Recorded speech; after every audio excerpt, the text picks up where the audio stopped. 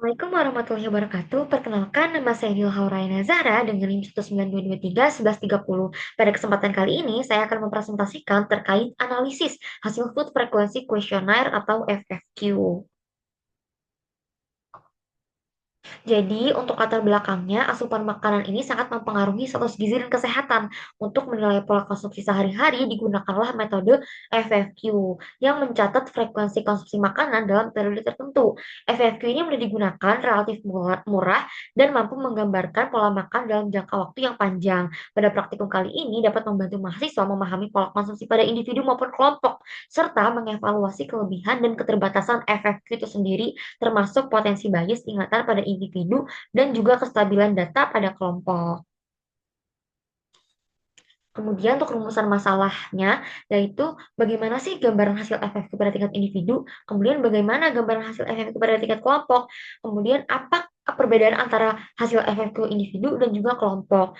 Kemudian untuk tujuan dari rumusan masalah yang sudah disebutkan tadi, yaitu untuk mengetahui hasil analisis FFQ pada tingkat individu, dan juga untuk mengetahui hasil analisis FFQ pada tingkat kelompok, dan untuk membandingkan hasil FFQ antara individu dan juga kelompok. Untuk manfaatnya yaitu dapat menambah pengetahuan mahasiswa tentang penggunaan FFQ dalam penilaian konsumsi makanan dan juga dapat melatih keterampilan dan mengolah dan membandingkan data individu dan juga kelompok dan juga dapat memberikan pengalaman langsung dalam memahami kelebihan dan juga keterbatasan FFQ itu sendiri.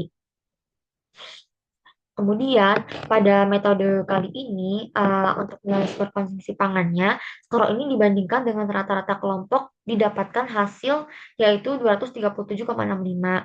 Jika skornya lebih tinggi dari rata-rata, berarti konsumsinya tinggi. Dan sebaliknya, jika lebih rendah, berarti konsumsinya itu relatif rendah. Nah, kemudian untuk hasil FFQ responden individu ini terlihat bahwa konsumsi ini masih banyak didominasi makanan olahan, camilan, dan juga minuman manis, sedangkan konsumsi susu dan juga buah relatif lebih rendah. Kemudian untuk rekapitulasi skor kelompok ini, rata-rata skor konsumsi kelompok adalah 237,65 dengan variasi antar individu mulai dari 105 sampai 450. Artinya pada konsumsi antar mahasiswa ini cukup bervariasi.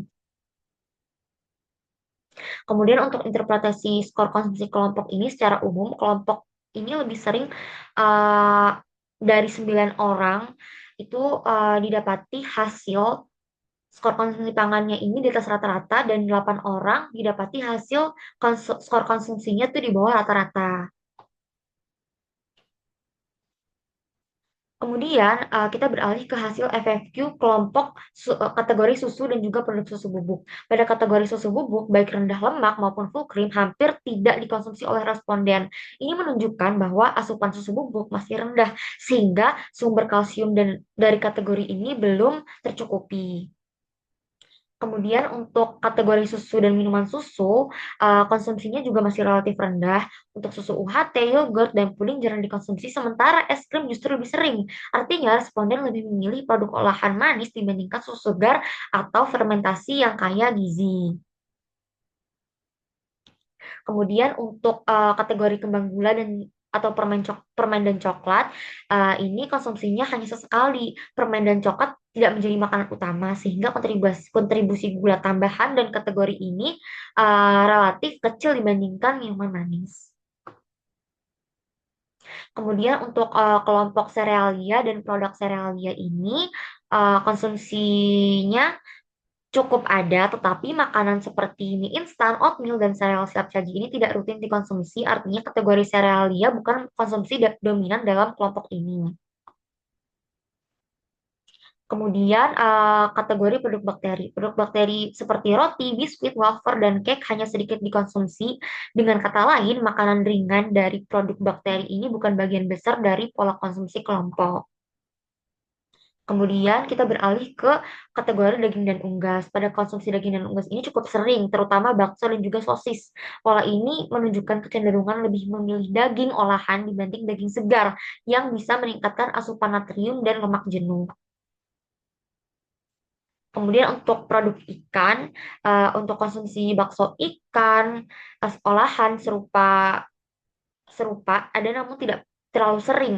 Artinya kontribusi protein dari ikan masih kurang maksimal bila dibandingkan dengan kebutuhan gizi hariannya. Kemudian untuk hasil FFQ pada saus, dressing, dan perasa bubuk ini cukup tinggi, terutama saus sambal, kecap, dan juga mayonaise. Hal ini menunjukkan penggunaan bumbu instan yang kaya natrium masih tinggi. Jika berlebihan ini dapat meningkatkan risiko hipertensi yang berkelanjutan di masa depan. Kemudian untuk keperluan produk pangan untuk keperluan gizi khusus ini tidak ada sama sekali skor konsumsinya.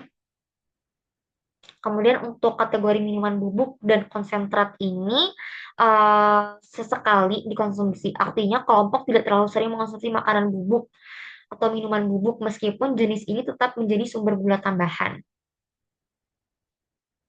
Kemudian pada kategori minuman ini seperti teh kemasan, soda, dan minuman berenergi masih cukup sering. Ini menunjukkan bahwa asupan gula cair dari minuman masih menjadi kebiasaan utama, padahal berisiko pada kesehatan metabolik. Kemudian kategori makanan dengan siap santap. Jadi seperti pilus, snack, ekstrudat, atau jagung kemasan frekuensinya masih cukup tinggi. Pola ini mencerminkan kebiasaan ngemil mahasiswa yang lebih memilih makanan praktis dan juga gurih. Kemudian yang terakhir yaitu hasil FFQ pada kategori makanan cepat saji. Pada kategori fast food, ayam goreng, kentang goreng, dan burger masih sering dikonsumsi. Hal ini menegaskan kecenderungan mahasiswa memilih makanan cepat saji yang praktis, tetap tinggi, tetap tinggi kalori, lemak, dan juga natrium. Nah, kemudian kesimpulannya berdasarkan hasil analisis FFQ pada konsumsi responden, baik secara individu maupun kelompok, cenderung masih didominasi oleh makanan olahan, camilan, minuman manis, dan produk tinggi natrium. Sementara itu, konsumsi pangan bergizi seperti susu, ikan, buah, dan sayur masih rendah. Rata-rata skor kelompok ini sebesar 237,65 dengan variasi cukup besar antara individu yang menunjukkan pola makan belum seimbang. Jadi untuk sarannya, mahasiswa disarankan untuk lebih banyak mengonsumsi buah, sayur, susu, dan juga ikan untuk memenuhi kebutuhan vitamin, mineral, protein, dan serat. Sebaliknya, makanan cepat saji, snack, dan minuman manis perlu dibatasi agar terhindar dari risiko penyakit tidak menular. Mulai sekarang, penting membiasakan pola makan sehat tidak sesuai pedoman gizi seimbang dari Kemenkes. Oke, mungkin sekian presentasi dari saya. Kurang lebihnya mohon maaf. Wassalamualaikum warahmatullahi wabarakatuh.